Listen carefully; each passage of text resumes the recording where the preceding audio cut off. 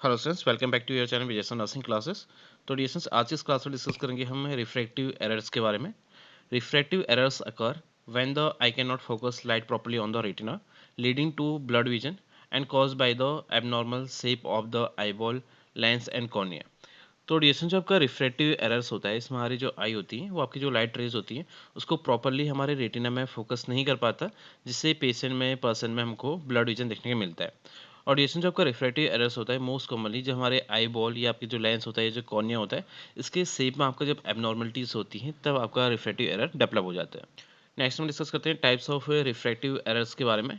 तो डिएशन जो आपका रिफ्रैक्टिव एरर्स होते हैं ये भी आपके डिफरेंट टाइप के होते हैं, जैसे कि आपका मायोपिया हो गया, हाइपर मेट्रोपिया हो गया, एस्टैग्मेटिज्म हो गया, प्रेस बायोपिया हो गया और आपका स्ट्राइबैसमस आपका रहता है। तो ये हमारे रिफ्रैक्टिव एरर्स है। तो फर्स्ट हम बात करते हैं आपका मायोपिया के बारे में। तो डिस्टेंस जो आपका मायोपिया होता है इसको हम आपका नियर साइटेडनेस के नाम से जानते हैं। तो जो आपका मायोपिया होता है इसमें हम जो पास की चीज़ें हैं उसको क्लियरली देख पाते हैं, लेकिन जो आपकी दूर की चीज़ें होती हैं, फार वाली चीज़ें होती हैं, उसको प्रॉपर्ली हम देख नहीं पाते। तो जो आपका मायोपिया होता है इसमें पेशेंट को आपका ब्लड विजन देखने को मिल सकता है और आपका स्क्विंटिंग देखने को मिलेगा। यानी जब आपका कोई पेशेंट या पर्सन किसी ऑब्जेक्ट को देखना चाहता है, फोकस करता है, तो फोकस करने के दौरान जो आपके आईलिड्स होते हैं वो आपके छोटे हो जाते हैं। नेक्स्ट हम बात करते हैं हाइपर मेट्रोपिया के बारे में। तो डिएशन जो आपका हाइपर मेट्रोपिया होता है इसको आपका फार साइटेडनेस के नाम से भी जानते हैं। यानी हम जो फार वाली चीज़ें हैं, दूर वाली चीज़ें हैं, उसको प्रॉपर्ली देख तो सकते हैं, लेकिन जो आपके पास वाली चीज़ें होती हैं उसको प्रॉपर्ली हम देख नहीं पाते। और इसके अलावा इसमें हमको आई स्ट्रेन देखने को मिल सकता है। इसके अलावा जब भी हम कोई चीज़ को रीड आउट करते हैं, रीडिंग करते हैं, या फिर कोई कंप्यूटर या आपके लैपटॉप में या आपके मोबाइल में कोई चीज़ हम पढ़ते हैं, तो उस टाइम पेशेंट को हेडेक भी फील होता है। नेक्स्ट हम बात करते हैं एस्टैग्मेटिज्म के बारे में। तो रिसेंट जो आपका एस्टैग्मेटिज्म होता है इसमें पेशेंट की जो कॉर्नियल कर्वेचर होता है उसमें आपकी इरेगुलरिटीज आती हैं, जिससे पेशेंट में डिस्टॉर्टेड विजन देखने को मिलता है। और रिसेंट इसमें आपको जो पेशेंट होगा उसको आपका ब्लड विजन देखने को मिलता है। यानी जो आपका ब्लड विजन रहेगा वो आपके ऑल डिस्टेंस, यानी आपका चाहे नियर विजन है या आपका फार डिस्टेंस है, दोनों में ही उसको आपका ब्लड विजन देखने को मिलता है। नेक्स्ट हम बात करते हैं प्रेस बायोपिया के बारे में। तो डिएशन जो आपका प्रेस बायोपिया होता है एक आपका age related near focusing problem होता है। मोस्टली जो आपका प्रेस बायोपिया होता है इसमें एज के साथ साथ आपके जो लेंस होती है इसमें आपके हार्डनेस आ जाती है, जिससे जो आपका पर्सन होता है वो आपके पास की चीज़ों को प्रॉपर्ली नहीं देख पाता। And in this difficulty in reading small print and need reading glasses. तो डिएशन जो आपका प्रेस बायोपिया होता है इसमें जो आपका पर्सन होगा, पेशेंट होगा, उसको जो पास की चीज़ें होती हैं उसको पढ़ने में प्रॉब्लम होती है, डिफ़िकल्टीज़ होती हैं, और इसके लिए पेशेंट को आपकी जो रीडिंग ग्लासेस होती हैं उसकी नीड रहती है। नेक्स्ट हम बात करते हैं स्ट्राइबैसमस के बारे में। तो डिएशन जो आपका स्ट्राइबैसमस होता है इसको नॉर्मली हम भींगापन भी बोलते हैं, जिसमें पेशेंट की जो आई का कोऑर्डिनेशन होता है वो नहीं बन पाता। And in this inability of the eye to focus in same direction, यानी जो आपका स्ट्राइबैसमस है इसमें जो आपका पर्सन होगा वो both eyes same direction में प्रॉपरली फोकस नहीं कर पाता। It is commonly called the cross eyed. इसके अलावा जो आपका स्ट्राइबैसमस है जिसको आपका भेंगापन बोलते हैं, इसको हम आपका क्रॉस्ड आई के नाम से भी जानते हैं। And in this visible miss alignment. तो डिएशन जो आपका स्ट्राइबैसमस है इसमें आपका विजिबल मिस अलाइनमेंट देखने को मिल सकता है। पेशेंट को आपका डिप्लोपिया देखने को मिलेगा, यानी डबल विजन देखने को मिल सकता है। एंड अनकोऑर्डिनेटेड आई मूवमेंट, यानी जो आपके आई का मूवमेंट होगा वो आपका कोऑर्डिनेटेड नहीं रहेगा, इक्वल नहीं रहेगा। नेक्स्ट हम बात करते हैं स्ट्राइबैसमस के टाइप्स के बारे में। तो फर्स्ट है आपका एस्ट्रोपिया। तो ड्यूरेशन जो आपका एस्ट्रोपिया होता है इसमें आपका जो वन आई है वो आपका इनवर्ट को टर्न रहता है, यानी इनर साइड को आपकी इसकी टर्निंग रहती है। एंड दूसरा बात करते हैं आपका एक्सोट्रोपिया के बारे में। तो इसमें आपका जो वन आई रहता है वो आपका आउटवर्ड साइड को टर्न रहता है। एंड नेक्स्ट हम बात करें आपका हाइपोट्रोपिया के बारे में। तो ड्यूरेशन जो आपका हाइपोट्रोपिया होता है इसमें आपका जो वन आई है तो ये आपका डाउनवर्ड साइड को टर्न रहता है। एंड हाइपरट्रोपिया के बारे में बात करें तो जो आपका हाइपरट्रोपिया होता है इसमें आपका अपवर्ड साइड को आपका आई टर्न रहता है। नेक्स्ट हम डिस्कस करते हैं इसके रिस्क फैक्टर्स और इटियोलॉजी के बारे में। तो फर्स्ट है आपका जेनेटिक प्रीडिस्पोजिशन, स्पेशली मायोपिया। तो डिएशन जो आपके कुछ जेनेटिक फैक्टर्स होते हैं उसके थ्रू भी आपका जो रिफ्रैक्टिव एरर्स होता है वो डेवलप होता है, जैसे कि हमारा मायोपिया। इसके अलावा हमारा जो रिफ्रैक्टिव एरर्स होते हैं आपके कंजेनिटली भी डेवलप हो सकते हैं, यानी हमारे बर्थ से ही आपका प्रेजेंट हो सकता है। ये हमारा मोस्टली आपका यूनिलेटरल देखने को मिल सकता है, जैसे कि आपका स्ट्राइबैसमस। इसके अलावा जो आपके रिफ्रैक्टिव एरर्स होता है हमारा एज रिलेटेड भी रहता है, जैसे कि हमारा प्रेस बायोपिया। यानी जब भी हमारे एज रिलेटेड आपका रिफ्रैक्टिव एरर्स डेवलप हो रहा है तो इसको आपका प्रेस बायोपिया बोलते हैं।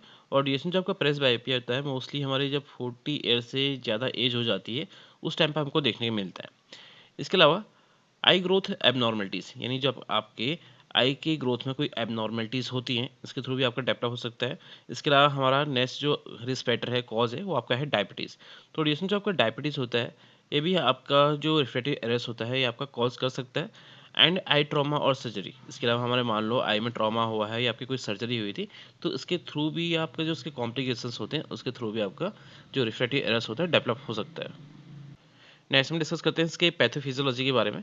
तो जैसे जैसे हमारे एटियोलॉजिकल फैक्टर थे, तो इसके थ्रू आपके जैसे हमारे आई बॉल की जो लेंथ होती है, या आपकी कॉर्निया का जो कर्वेचर होता है, या हमारे आई की जो पावर होती है, या आपकी जो लेंस की इलास्टिसिटी होती है, इनमें कोई भी आपकी एबनॉर्मलिटीज़ होती है, तो इसके थ्रू जो आपके लाइट रेज होती है, इसकी इम्प्रॉपर बेंडिंग रहती है, यानी जो इसका रिफ्रैक्शन रहता है वो आपका इम्प्रॉपर रहता है, जिससे आपका जो रेटिना में आपका इमेज फॉर्म होता है वो प्रॉपर्ली नहीं बन पाता, जिससे पेशेंट को ब्लड विजन और आपका डिस्टॉर्टेड विजन देखने के लिए मिल सकता है।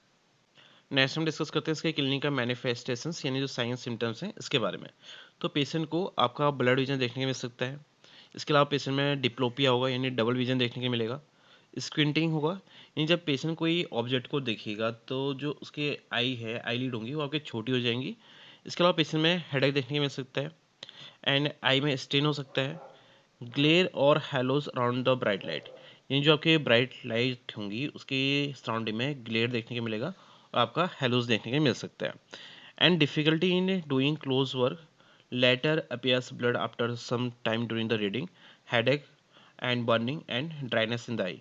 तो इसके अलावा मान लो कोई पेशेंट है वो आपके कोई क्लोज वर्क कर रहा है, तो इसमें उसको डिफ़िकल्टी हुई, जैसे कि कोई पेशेंट है, पर्सन है, वो आपकी कोई रीड आउट कर रहा है, किसी चीज़ को रीडिंग कर रहा है, तो उसमें उसको ब्लड विजन देखने को मिल सकता है और पेशेंट को हेडेक डेवलप होगा, आई में बर्निंग सेंसेशन फील होगा और आपके आई में ड्राइनेस आपको फील हो सकती है।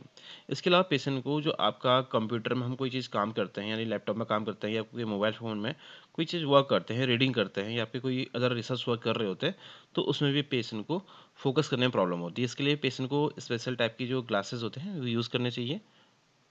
नेक्स्ट हम डिस्कस करते हैं डायग्नोस्टिक फाइंडिंग्स, यानी इसके जो इन्वेस्टिगेशंस होते हैं इसके बारे में। तो फर्स्ट टाइम पेशेंट में हिस्ट्री कलेक्शन और आपका फिजिकल एग्जामिनेशन परफॉर्म करते हैं। इसके अलावा हम पेशेंट में विजुअल एक्यूटी जो टेस्ट होता है वो आपका स्नैनल चार्ट की हेल्प से परफॉर्म करेंगे। इसके अलावा हम पेशेंट में रेटिनोस्कोपी टेस्ट परफॉर्म करते हैं और आपका जो करेक्टिव लेंस होते हैं इसका यूज़ करके पेशेंट में हम रिफ्रैक्टिव टेस्ट भी आपका परफॉर्म करते हैं। नेक्स्ट हम डिस्कस करते हैं इसके मैनेजमेंट, यानी जो ट्रीटमेंट है इसके बारे में। तो ड्यूरेशन जो आपका रिफ्रैक्टिव एरर्स है इसको ट्रीट करने के लिए हमें डिफरेंट टाइप के जो मैनेजमेंट्स होते हैं आपका प्रेफर किया जाता है। जैसे फर्स्ट आपका स्पेक्टिकल्स हम यूज़ कर सकते हैं, और ड्यूरेशन जो आपका स्पेक्टिकल्स है आपका मोस्ट कॉमन और आपका कॉस्ट इफेक्टिव हमारा ट्रीटमेंट रहता है रिफ्रैक्टिव एरर्स के लिए। इसके अलावा हम पेशेंट में जो कॉन्टैक्ट लेंस होते हैं वो आपका यूज़ कर सकते हैं, और ड्यूरेशन जो आपका कॉन्टैक्ट लेंसेज होते हैं ये आपकी कॉस्मेटिकली तो प्रेफर किया जाता है, लेकिन इसको डील करने के लिए हमको जो हाइजीन है उसको प्रॉपरली मेंटेन करना चाहिए, ताकि आई की जो अदर कंडीशंस हैं या आपके अदर डिसऑर्डर है, इन्फेक्शन है, वो डेवलप ना हो। इसके अलावा हम पेशेंट में जो रिफ्रैक्टिव सर्जरी है वो आपको परफॉर्म करते हैं, तो इसके लिए हमारे कुछ परमानेंट करेक्शन के लिए आपका एक सर्जरी रहती है, जैसे कि आपका लासिक और आपका पीआरके। इसके अलावा पेशेंट में मान लो प्रेस बायोपिया है, तो इसको ट्रीट करने के लिए हम पेशेंट को रीडिंग जो ग्लासेस होती है वो आपको प्रोवाइड कर सकते हैं। इसके अलावा हम पेशेंट में रेडियल केरेटोटोमी आपका परफॉर्म कर सकते हैं। तो डिएशन जो आपका रेडियल केरेटोटोमी होता है आपका एक आउट पेशेंट सर्जिकल प्रोसीजर होता है, जिसका यूज़ हम आपके माइल्ड से जो मॉडरेट आपका मायोपिया वाली कंडीशन होती है इसको ट्रीट करने के लिए हम परफॉर्म करते हैं। नेक्स्ट हम डिस्कस करते हैं लासिक के बारे में।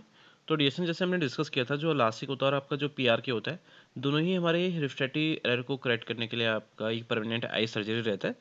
तो जो लासिक है इसका फुल फॉर्म है आपका लेजर असिस्टेड इन सिटू केरेटोमिलियोसिस।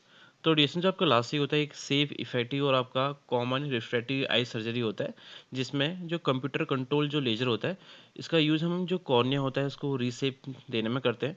इसके अलावा जो आपका मायोपिया होता है या आपका जो फास्ट साइटेडनेस होता है या आपका जो एस्टैग्मेटिज्म होता है, इसको करेक्ट करने के लिए इसका यूज़ किया जाता है।